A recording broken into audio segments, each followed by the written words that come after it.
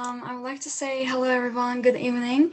My name is Fatma Kaçmaz, and I'm pleased to welcome you to this special event designated to discuss about our planet, the Earth, and some of the negative impacts on it caused by our lifestyle. Today's topic is Earth because it's April 22nd, Worldwide Earth Day. This day has been celebrated from 1970 till now and hopefully on forward. The theme for Earth Day 2021 is Restore Our Earth, focusing widely on natural processes, emerging green technologies, and many innovative thinking. In order to restore the world's ecosystems, oh, I'm so sorry, I got confused. In order to restore the world's ecosystems, we are making these innovative thinkings and emerging the green technologies.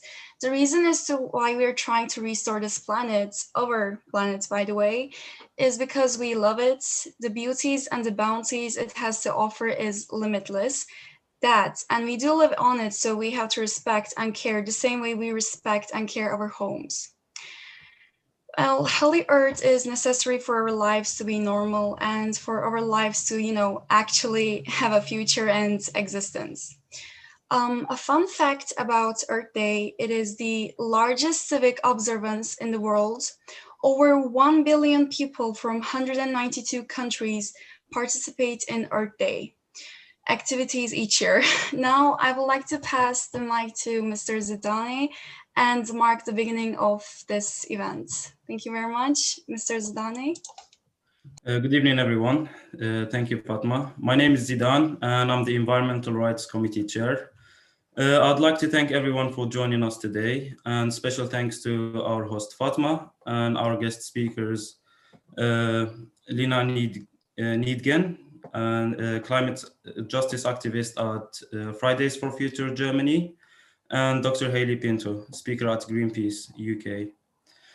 Today's event is centered on pollution and its effects on Earth, and our main goal here is to celebrate Earth Day, actually the 51st anniversary of Earth Day, and raise awareness of the danger of plastic pollution and maintaining the global heat below 1.5 degrees. Our first guest speaker is going to be Dr. Hayley Pinto from Greenpeace. The platform is yours. Thank you. Okay. I'm just going to share my screen. Yep. There we go. And so can you see those slides now? Yeah. Yep. Brilliant. Okay, so my name's Hayley Pinto. I'm a doctor. I'm a psychiatrist. I work in Norfolk in the UK. And I'm also a speaker for Greenpeace. And Greenpeace is an international organization. We work in many countries across the world, promoting peace and also sustainability and protecting the natural environment that we depend on. And what I've been asked to speak about today is what's going on in the oceans. So why are the oceans important? Well, firstly, they cover about 70% of the surface of our planet. They produce somewhere between 50 and 70% of the oxygen that we breathe. About 1 billion people on the planet depend on seafood for their primary source of protein. The ocean is a huge ally for us in terms of combating climate change. So the ocean absorbs huge amounts of carbon dioxide. And the oceans are also home to 8 out of 10 species on the planet. They are incredibly biodiverse. And from a medical perspective, we find a lot of new medicines coming from compounds that we found in organisms in the ocean. So they're incredibly important in so many ways. At the moment, there are a number of threats to the oceans, and the things I'm going to mostly talk about today are climate change itself, but also plastic pollution, oil and gas drilling, and industrial fishing. So thinking about climate change, about 90% of the heat that we've added to the planet has been absorbed by the oceans. And the oceans also absorb carbon dioxide. Now, as they do that, it reacts with the water and it creates an acid. So that means that the amount of carbon dioxide in the atmosphere has caused an increase of about 30%. The oceans are now about 30% more acidic than they were in pre-industrial times. The oceans have warmed, and as warmer water is less able to hold oxygen, and obviously that oxygen is required for many of the species that live in the water.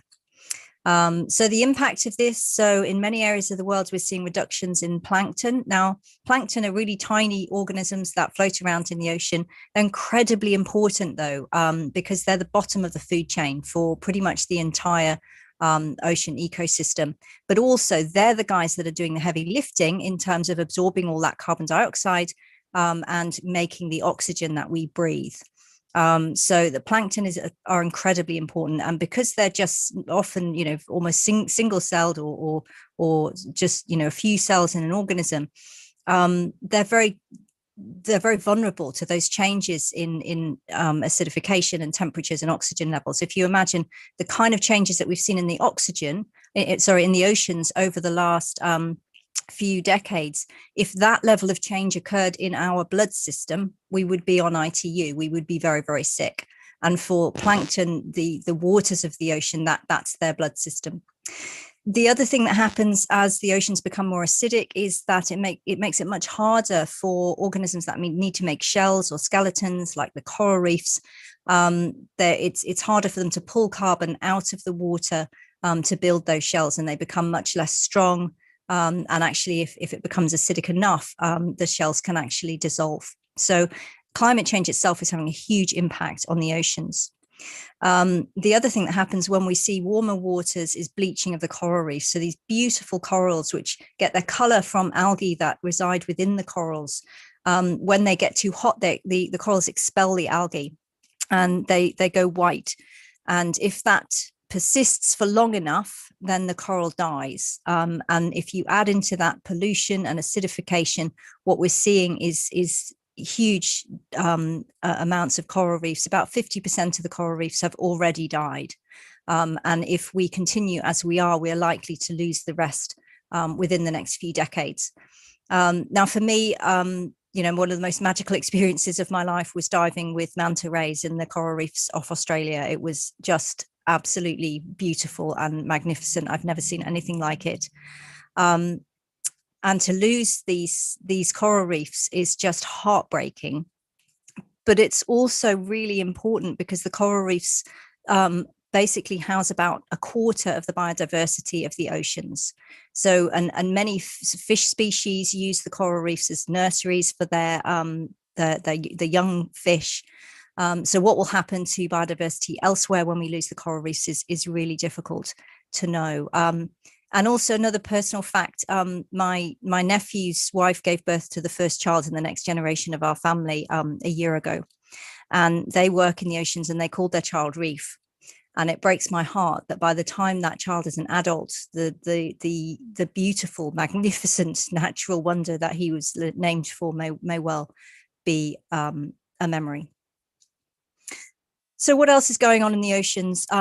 The drilling for deep sea drilling for oil, as we've kind of worked our way through the easy to get at oil, we're now trying to look for oil in more difficult places. So deep sea drilling is a very, very risky endeavor. And we saw this with the Deepwater Horizon disaster in 2010, when about 200 million barrels of oil were spilled into the Gulf of Mexico. And the ecological impacts of that are still resonating now. And of course, there's plastic waste. The reality is that when we throw things away, we have to remember we live on a finite planet. There is no away. It always goes somewhere. And currently, the equivalent of about one garbage truck every minute of plastic goes into our oceans. We still make 1 million plastic bottles every minute. That's just a staggering statistic when you think that those plastic bottles never go away. Every piece of plastic that we have ever produced is still in existence, because plastic doesn't biodegrade. It doesn't rot down. It just gets smaller and smaller until you get tiny, tiny particles that we call microplastics. And the big companies, there's a small number of companies that produce most of these bottles. Coca-Cola is one of them, over 100 billion plastic bottles every year. These companies have repeatedly lobbied against bottle return schemes to ensure that plastic recycling works effectively. And currently we're only recycling, properly recycling only about 5% of plastic. So that's a really, really big issue. And it kind of underlines the fact that, yes, you can choose to use a reusable bottle, you can choose not to buy things in plastic bottles, but you're one person. And, really to make an impact on this, we need to be coming together collectively to work together to push these companies and governments to regulate. It's not enough for Coca-Cola to tell people to recycle, because they don't use recycled plastics in their bottles. So they need to step up and take responsibility for the mess that they're making, because in the oceans the plastic floats on the top, but it also goes right to the bottom, places in the ocean that we haven't explored. There's more that we don't know about the bottom of the ocean than we don't know about the moon. And it's having a huge impact on marine life. So marine life gets trapped in bits of plastic in the oceans.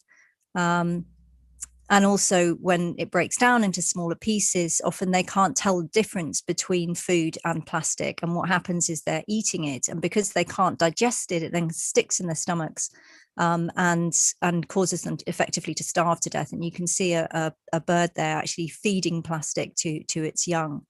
And also, we're seeing more and more. My daughter's a zoologist, and she says, when they examine marine life, that particularly the dolphins and seals that wash up on the beaches in the UK, 100% of them have plastic in their stomachs. And we know that about 90% of marine birds have plastic in their stomachs.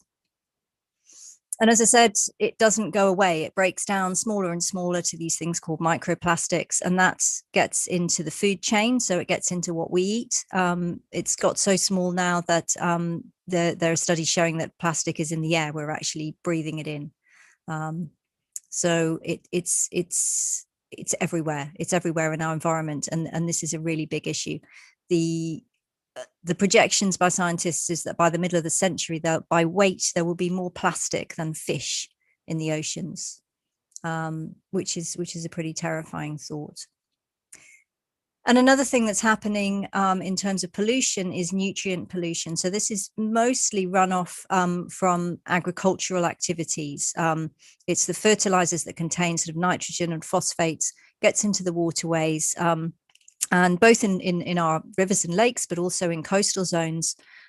This causes a process called eutrophication, basically big sort of blooms of algae, which are often quite toxic. So people on the beach and also marine life in the water can be affected, sometimes very seriously. It can kill people. But in the water, as that algae is too much for the creatures that eat algae to get rid of all of it. So what happens is, as it dies, the breakdown uses up so much oxygen in the water that you end up with big areas of the ocean with very, very low levels of oxygen, which means that it's impossible for most ocean species to live in those areas. So that we call these dead zones. And that's happening, as I say, in our rivers and lakes, but also in many coastal zones as well. So what about fishing? Industrial fishing, we've just become much too good at it. So we're overfishing. There's a lot of problems with bycatch, so things we don't mean to catch but get caught in the nets. And as it's becoming more and more difficult to catch fish because we've got rid of so many of them, we fish so many out, we're getting, again, just like deep sea drilling with oil, we're getting into kind of going after fish in more difficult ways. And one of these is bottom trawling, where they literally kind of plow the ocean bed and just pull up everything that's there. And astonishingly, unbelievably, the most of the marine protected areas around the UK, bottom trawling is allowed. So it kind of raises the question, well, what exactly are we protecting them from if we're allowing that? And one of the things that Greenpeace has done is actually put a boulder barrier around one of the marine protected areas. We drop these enormous lumps of granite in around the area to stop the bottom trawlers being able to get through there. But the bottom line is big fish stocks have declined by about 90% in the last 60 years. So what can you do to help? Well, as I mentioned, you can do things to try and reduce your plastic and your carbon footprint. But the bottom line is, unless we get together, unless we demand change from our governments and from corporations, just a few people doing that on their own is not going to help. We need regulation. We need policies that are going to make a really big difference. So get involved with an organization that takes collective action, like Greenpeace, Friends of the Earth. There's lots of different organizations.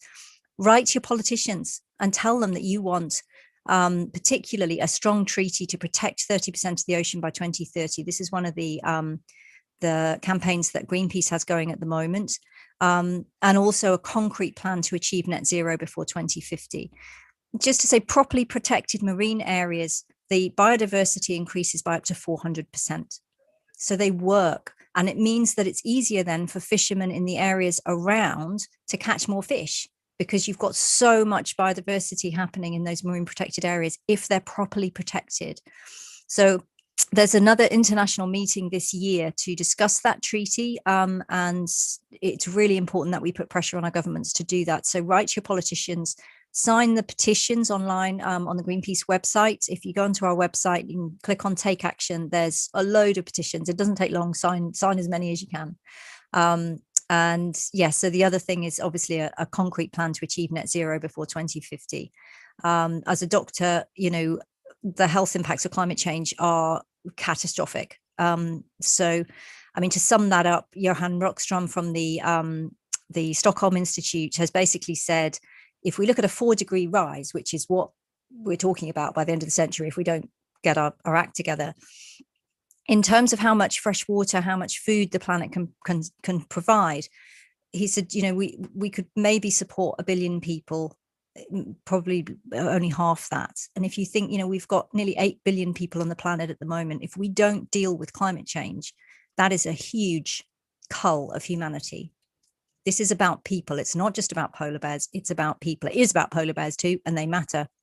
But, it's us, it's our kids. We've got to think about what we're leaving for our children to live through. So get active, get involved, and sign up. But don't make that the only thing you do. Talk to people, take action, because we owe it to our kids. We owe it to the beautiful, magnificent planet that we have inherited. So thank you very much for listening. I think I had 15 minutes, and I think I've just about managed to stop at the right point. Thank you very much as well to Fatma and Zidane for organising this. So that's my timer telling me that I'm done. And thank you all for listening. And go away and take action. Thank you. Thank you so much, Mrs. Hayley. That was really awesome, and it was colorful. It had a lot of explanations. It was really educational. I actually really enjoyed listening to you. So our next guest speaker will be Lena Niedeggen. I hope I did not pronounce that wrong, because I really don't want to pronounce names wrong in here. But yeah, our next guest speaker will be Lena Niedeggen, and she's an activist, if I'm not wrong. She'll be taking the mic now. Lena Niedeggen. Yeah, thank you very much. So welcome everybody who's listening to me now. I've been invited here to speak as a climate activist for Fridays for Future. I live in Germany, and I grew up in an extremely privileged environment. Germany profited for centuries from exploitation of the people and the planet. For decades now, world leaders, as they call themselves, who are responsible actually of the devastating state our planet is in, have failed the people. On this Earth Day, Joe Biden tried to show up as a climate leader and invited 40 head of states to the Leaders Summit on Climate. And this is basically a stage for all of them to show off their empty promises. Fridays for Future strikes now for over 2 years, most recently on March 19 for No More Empty Promises. The most affected people and areas, which is long for MAPA, are barely invited to those summits like today's, and they don't get a place at the table where climate policies are actually decided. How is that supposed to work? Not listening to those who are actually affected and not listening to those who are actually fighting at the front lines of the climate crisis. The Fridays for Future MAPA activists wrote an open letter to the leaders at the MT Summit, which I would like to read out now. You can find it online on the Fridays for Future website. End the bullshit, petition for the Leaders Summit on Climate. On April 22nd and 23rd, US President Joe Biden invited 40 heads of state to the Leaders Summit on Climate. But what have you so-called leaders done? Definitely not enough. It's mostly the same leaders that have been spewing out empty promises. You always have ambitious themes for your summits, but we're sick of your rehearsed speeches and empty promises. We need real action. End the bullshit. We are running out of time, yet all you're doing is holding summits to feel important and congratulate yourselves. For what? For all your far-off net zero targets or your new amazing plans for your near-term targets that are still heavily insufficient and full of loopholes. But just like in the children's story, The Imperia's New Clothes, you are all just fooling yourselves and each other with your magnificent clothes. The worst part of it all is you are bringing your countries and your people down with you. Climate change is a global issue that affects different regions disproportionately.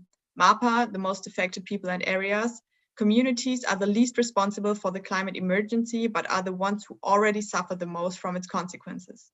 Meanwhile, global north governments and companies randomly emit greenhouse gases with no sufficient and concrete action steps and plans.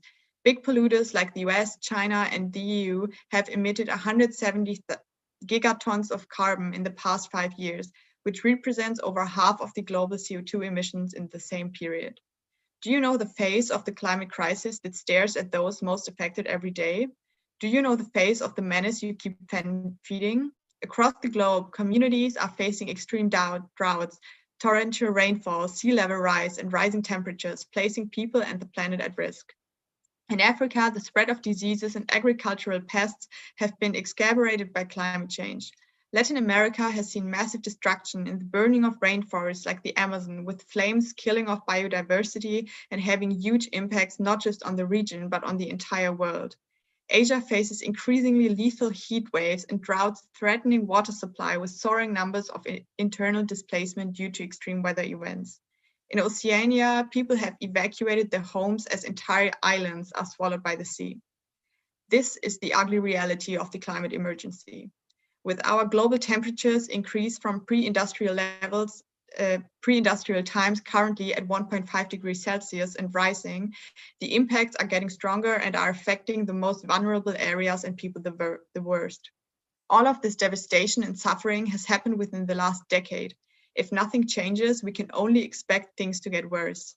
If you, world leaders from the developed global north, actually cared about the people, surely you would already be doing something.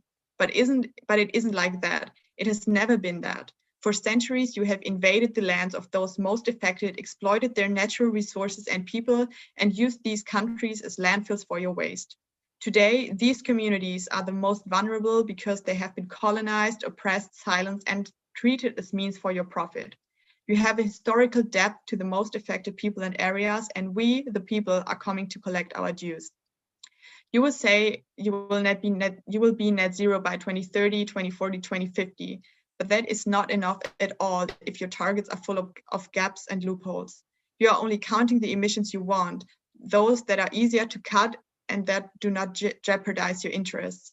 Omitting emissions from imports, international aviation, shipping, biomass burning, and military complexes. You can refine your emission and inventories as you please, but your greenhouse gases are still in the atmosphere and the people continue to be impacted. You will claim to be ambitious and magnificent, but we know that in reality, the Imperial has no clothes. Leaders from the global north call themselves leaders in sustainability. But tell us, how will you build your solar panels, your wind turbines, your electric cars and trains?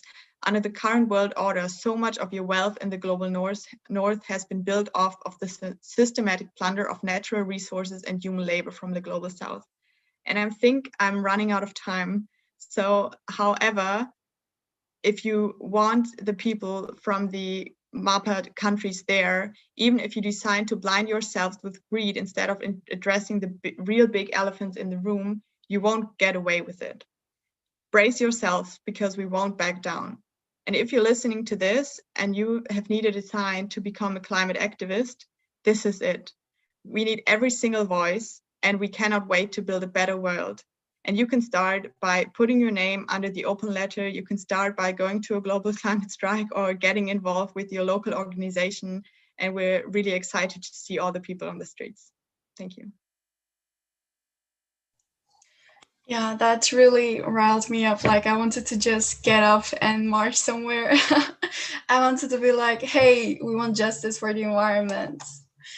But yeah, that was really awesome. I loved it. It reminded me of the march we had in Canada here for the Earth Day, I think it was.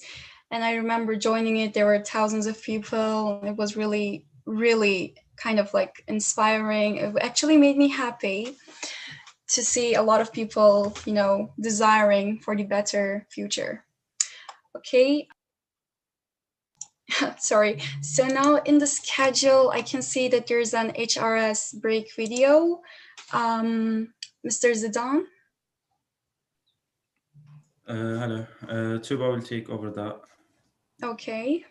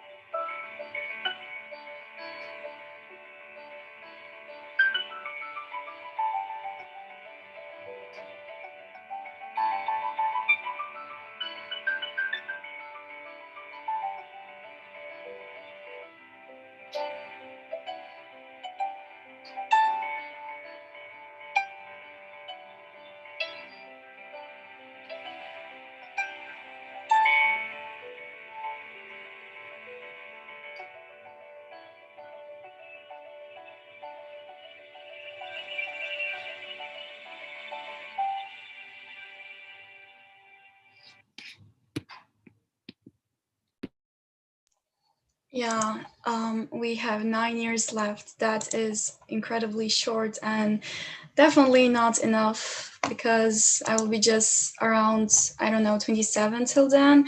And I don't think I will have enough of my life till then. So yeah, we really have to do something. Watching others be active and doing something for the environment is not enough. Like, everybody has to voice out their thoughts. They have to do something about the environment. We all live in it together. We will be now coming to the question and answer part of the event. There are a few questions that I would actually like to ask. So, since this is the 51st anniversary of Earth Day, have there been any recorded changes, any positive changes that could motivate us? Mrs. Hayley? I'm so sorry. Oh, yeah. Myself. Sorry. I mean, I think, you know, one of the positive stories is about the ozone layer. You know, we discovered that you know, the ozone layer was being damaged. We knew what was causing it, and it was CFCs, and governments came together. Now, the companies had alternatives already. They weren't using them because they were a little bit more expensive, and their competitors would undercut them. But we had the Montreal Accords, and you know, all countries agreed to get rid of these, and as a result, you know, we're seeing the ozone layer healing, you know, and that hole is getting smaller. So we know actually that concerted regulation and international action can result in positive change. You know, as I mentioned earlier, properly protected marine areas increase biodiversity mass by about 400%. So, you know we can do these things. And the other thing is that There are a lot of organizations like Project Drawdown. In the UK, we have Zero Carbon Britain. You know, in Canada, they had the LEAP manifesto, which was absolutely amazing. So the great thing about that was, you know, and this kind of pulls into what Lena was talking about, the connection between the environmental emergency and all of those other things we care about: poverty, social inequality, racial and gender inequality. You know, all of those things, they have the same root causes. And what they did with the LEAP manifesto was they brought people together from all these different causes, and said, okay, right, no one's cause is bigger than anybody else's. Let's sit down in the room and see what a society would look like where all of this was figured out. And that was where the LEAP manifesto was born. You know, they got all those people together. So rather than squabbling and playing kind of my cause is bigger than yours top trumps, we need to come together and realize that all of these things have the same root cause, and that's the capitalist extractive kind of society that we live in. And particularly, you know, as Lena was saying, you know, it's more affluent people in the developed world that are causing these problems. And, you know, when you look at, you know, the Oxfam report, which says that, you know, 1% of the global population produces 50% of emissions, you know, we have no right to do that to everybody else. And what we're seeing at the moment globally is that resources and money are being concentrated in fewer and fewer hands. And it's almost as though this kind of armored lifeboat approach that they're taking, you know, sticking up walls, tightening immigration rules, othering those people who are already impacted. As Lena was saying, you know, 28 million people every year are being driven from their homes by extreme weather events. So, and most of those people are the least responsible. You know, the people that are dying from air pollution, 7 million people a year, most of them are poorer people. Most of them are from Black and ethnic minority communities. They have contributed the least to this problem. So, you know, it's like they're kind of saying, okay, what we're going to do is yeah, we recognize that it's happening. Because sometimes you sit back and you think, are you so stupid? Can you not see what's going on here? And sometimes I think, actually, they can see. What they're doing is they're concentrating those resources and the power in fewer and fewer hands, and leaving the rest of us to perish. And that's just an appalling scenario. And there are more of us than them. So we need to stop kowtowing to power. We need to stop being silenced, and we need to get out on the streets and demand, because we know from, as I say, Project Drawdown, Zero Carbon Britain, you know, these organizations that are showing us we can do it. And most of those solutions, yes, they take investment up front, but then they save money and they make our health better, they make our well-being better, they make fairer societies. So we need to fight for that, and we all need to fight for that, because otherwise, you know, failure is just not an option. We can't allow that to happen. Sorry, I got onto a bit of a rant, but I'll stop now. Oh, no. This is a discussion center kind of thing. So you're free to, you know, talk about your thoughts. You're free to discuss however you wish to. So my next question will be to Lena, and I really want to know the answer to this because it has been really jumbling with my mind too. Lena, so about a few YouTubers that we see online, they make extreme videos. For example, they're filling their houses with a lot of plastic cups, filling them with waters. And then what do they do with these cups? Where do these cups go? And like, they use thousands of bottles. Like Coca-Cola challenge, was it? I'm not sure, but they have wasted a lot of plastic. What are your thoughts about these activities the YouTubers have done? Like, what do they make you feel?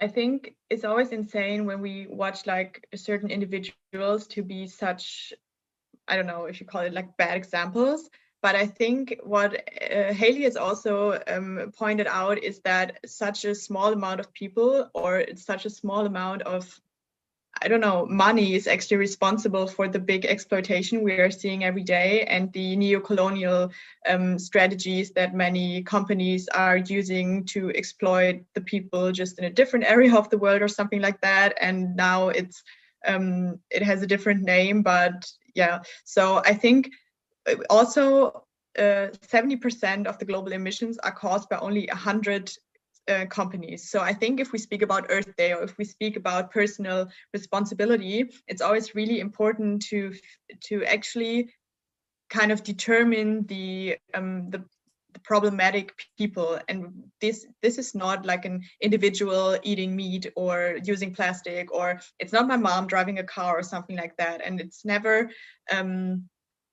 it's never, I think it can never be broken down to one person, or because we are all kind of born in this system and all grow up in this idea of if we have more money, we will be happier. If we will contribute to this society, we will be rewarded and we will be successful or something like that.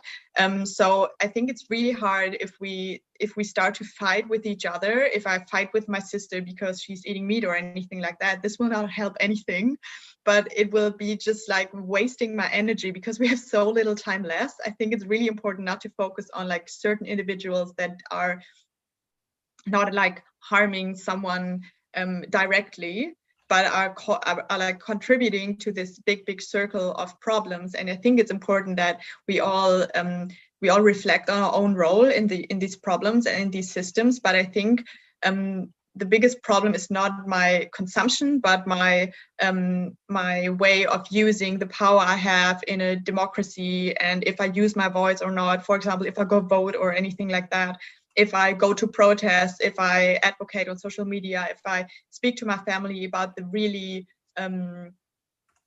deep causes of these, I think we could get way further, way faster if we actually see that it's like the climate crisis or the ecological breakdown, the biodiversity loss and everything is not caused by my mom, you know, so not caused by one person making YouTube videos to make fun or something like that. Yeah, totally. So is it okay if I ask you just another question? I'm so sorry. So this is a combine of two questions. You know, we have to encourage our youth, we have to encourage the kids, we have to encourage everybody to support the protection of environment. So I'd like to ask, how did you became concerned with the environment? What made you want to do what you did? What made you want to protest the things going on around the world? Could you please say a few words for the youth and like for others to listen? So around 2 years ago, I actually started getting involved with Greenpeace, and I organized some like little events to watch a film or something like that. And then there was this big protest in Germany to save a forest, because the forest was about to be cut down for the underlying coal. And we all know the coal is not needed anymore, and the company is just getting richer and richer, trying to extract the coal, and people sat on the trees to save the trees, kind of like that. So because it was really close to where I grew up, I started, this was actually the first protest I went on. And it was really obvious for me over there that there's a huge conflict of interest between the people and the people in power, because the people in power, like the government, and the coal company, they were kind of, it felt like they were working together against the people, because there were like thousands of people trying to save this really, really small forest. It's like, I looked it up, it's smaller than Central Park. And I always thought, if people are able to protect the Central Park in New York City, you should be able to protect these small amount of trees. And then a few months later, I went to my first Fridays for Future protest. And actually, I saw the people organizing, and I just knew, oh, they're so cool. I want to be like that. And that's kind of how I got involved. And I just felt like, I think this idea of school striking or striking university for me was just the point of saying, yes, this is actually a crisis, and we all need to get out of our normal way of acting if we have the chance to, because we're not like economically bound to the money we make or something like that. So yeah, I think that was the point where I really thought I want to get in there. I hope everybody gets inspired and something big starts for our planet, for protecting it, of course. Dr. Hayley, can I ask you a question too? Could you please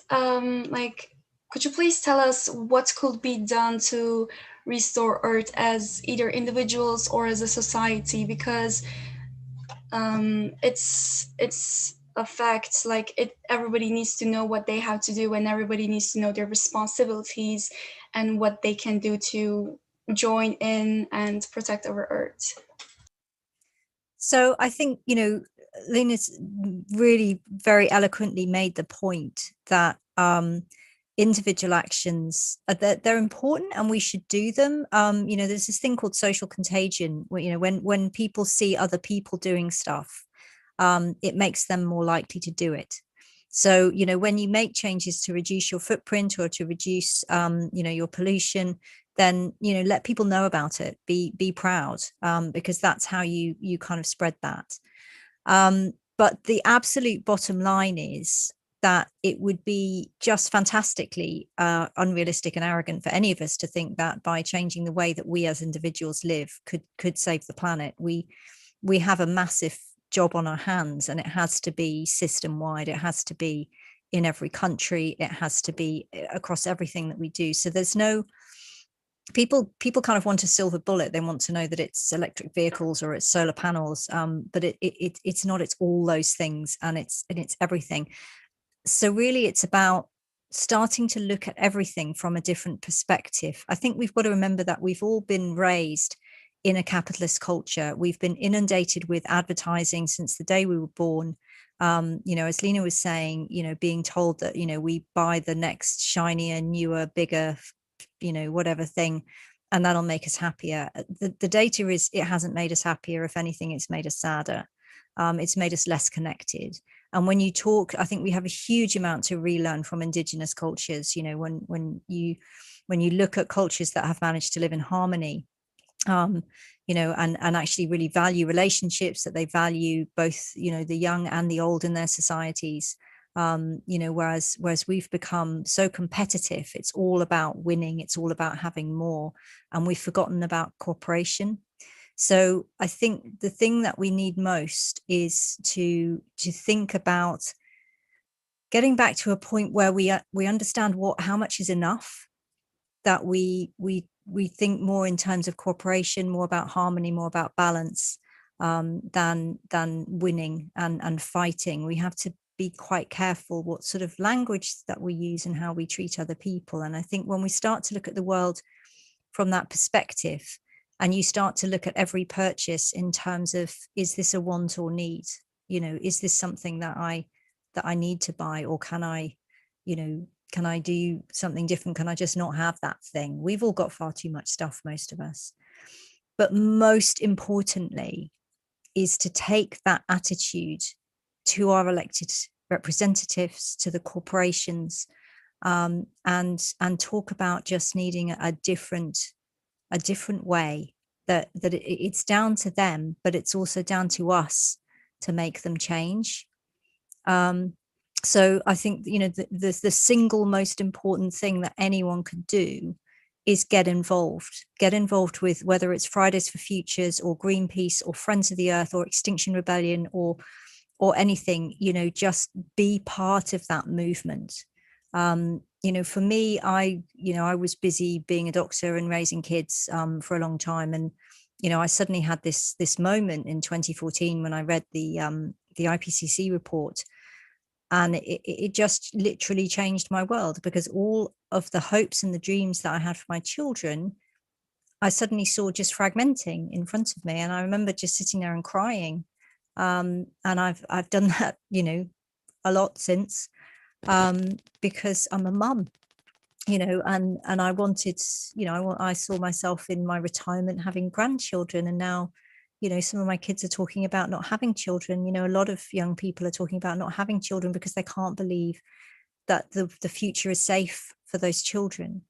And I think, my God, what have we done that your generation doesn't feel safe to allow yourselves the greatest joy in life?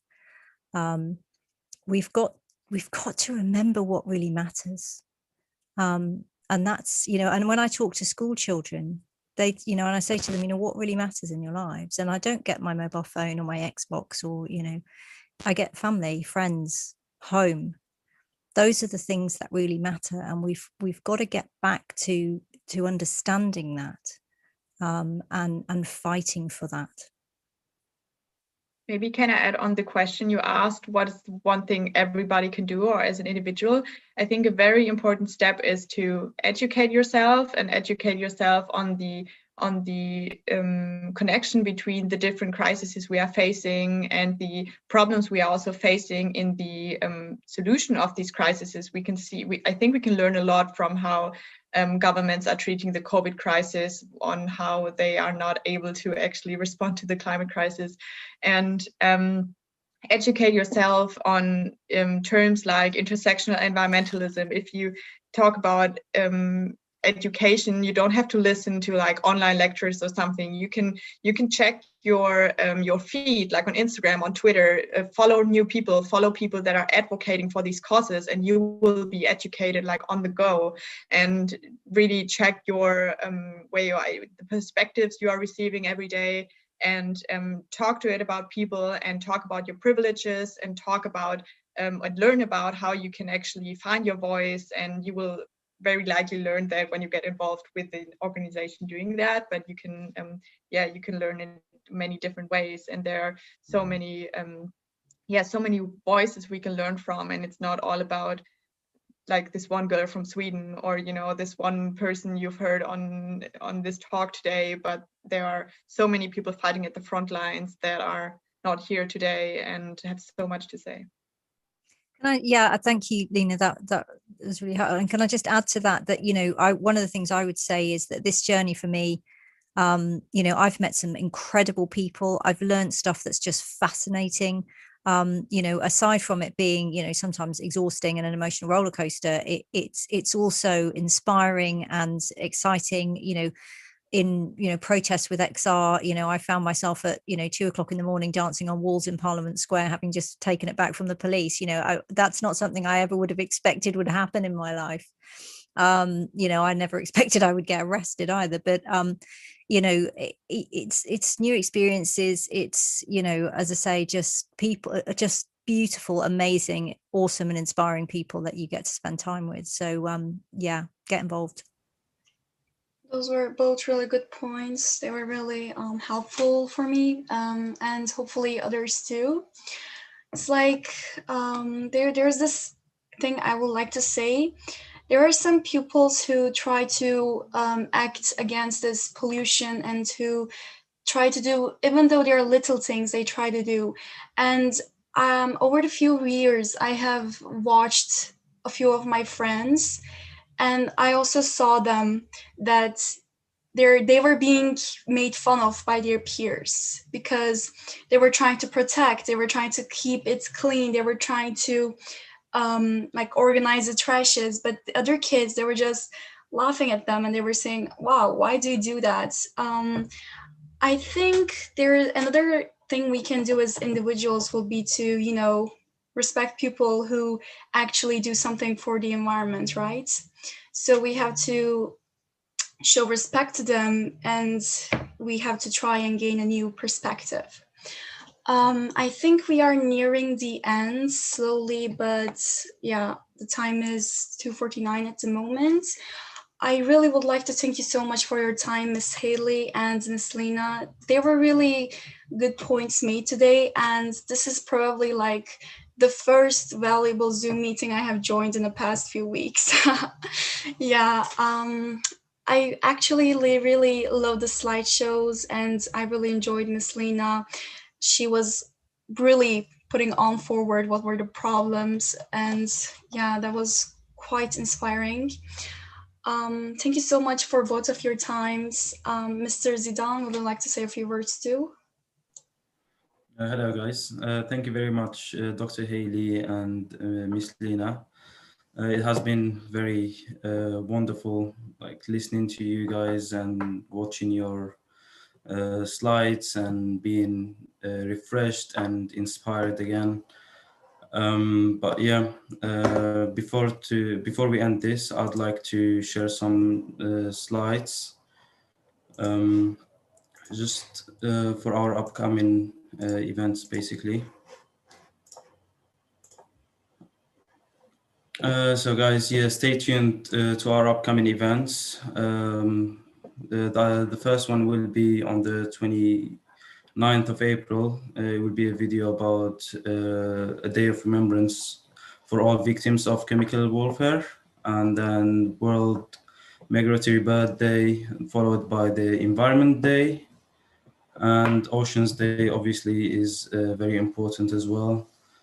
And join our campaigns as well. The upcoming one will be on the 9th of May under the title of Neighborhood Cleanup Day. So we are trying to do this at least once or twice a month. So we go, like in the past, we were like socially distanced. We're trying to like stick to the rules and like COVID restrictions. We get our gloves, our face masks and bags. And yeah, we just like clean up our neighborhoods and parks and wherever like you walk by, basically. So yeah, thank you very much again. It's been a pleasure being with you guys in here and having you guys. So yeah, thank you. It was great to meet you all. Thank you so much for organizing this. Yeah, thank you very much. It was very nice. Thank you too. You're welcome as well.